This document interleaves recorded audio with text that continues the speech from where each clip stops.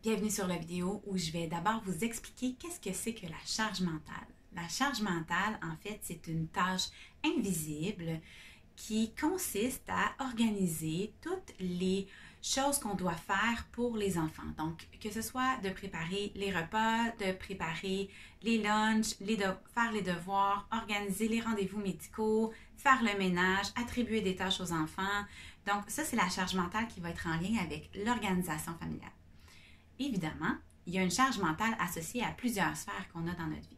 Donc, habituellement, la charge mentale reliée aux enfants, c'est davantage la maman qui va avoir cette charge mentale-là. Par contre, les hommes aussi ont leur charge mentale. Je vous donne souvent l'exemple, en fait, que moi, l'autre fois, mon mari m'a demandé d'aller couper l'eau à la maison, puis je me suis dit, oh mon Dieu, mais où est-ce qu'on coupe l'eau dans la maison? J'avais jamais fait ça, je m'étais jamais même posé la question de comment on pouvait couper l'eau dans la maison. Donc, c'est lui qui s'occupe de sortir les vidanges à toutes les fois où on doit le faire. Donc, il y a plein de tâches associées à la maison, par exemple, que c'est mon mari qui prend en charge à la maison. Donc, je m'occupe davantage des enfants, mais il faut aussi être capable de reconnaître que l'autre parent a aussi sa charge mentale, qui n'est pas nécessairement toujours la même. Hein. Souvent, l'homme va être davantage associé aux travaux et la femme va être davantage associée aux enfants. Parfois aussi, on voit l'inverse. Donc, ce n'est pas vraiment une question de sexe, mais bien plus une question d'évolution et de façon de faire qu'on a depuis toujours. Hein, depuis toujours, la femme est attribuée à s'occuper des enfants et faire tout ce qui est les tâches par rapport au ménage, par rapport à l'organisation de la famille.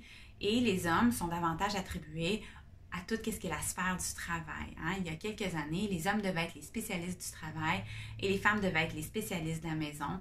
Avec l'arrivée, en fait, de l'équité et de l'équilibre entre les sexes, on veut davantage que les mamans soient les spécialistes du travail et des enfants et que les pères soient davantage les spécialistes du travail et aussi des enfants. Donc, c'est à prendre en considération dans votre quotidien. Puis, je vous invite, si jamais vous avez des frictions dans votre couple par rapport à la charge mentale, je vous invite à vous asseoir avec votre partenaire, puis de dresser une liste assez exhaustive, là, donc bien détaillée de toutes les choses que vous vous occupez dans la maison. Donc, c'est le devoir qui vient avec cette capsule vidéo-ci. Donc, je vous invite à vous asseoir et regarder toute la liste de choses que vous faites dans la maison. Une bonne stratégie pour bien la faire, cet exercice-là, en fait, ça va être de traîner avec vous une petite feuille sur laquelle vous allez identifier pendant quelques jours les tâches que vous allez faire. Donc, c'est facile peut-être la première fois de s'asseoir puis d'expliquer que vous, mettons que vous êtes la maman, bien de dire que vous prenez les rendez-vous chez le médecin, les rendez-vous chez le dentiste, les rendez-vous chez l'orthophoniste, pour les yeux, donc tout ça, bref. Puis, l'autre personne va pouvoir aussi faire la liste de choses qu'elle a l'habitude de faire, mais au fil du temps, en fait, au bout de quelques journées, les deux parents, vous allez vous rendre compte qu'il y a plusieurs tâches finalement qui s'ajoutent à la simple liste qu'on avait fait au départ. Donc, je vous invite à regarder ce que vous faites au quotidien, puis on va voir dans d'autres vidéos qu'est-ce qu'on fait avec cette liste-là, parce qu'évidemment, on va vouloir rééquilibrer le tout.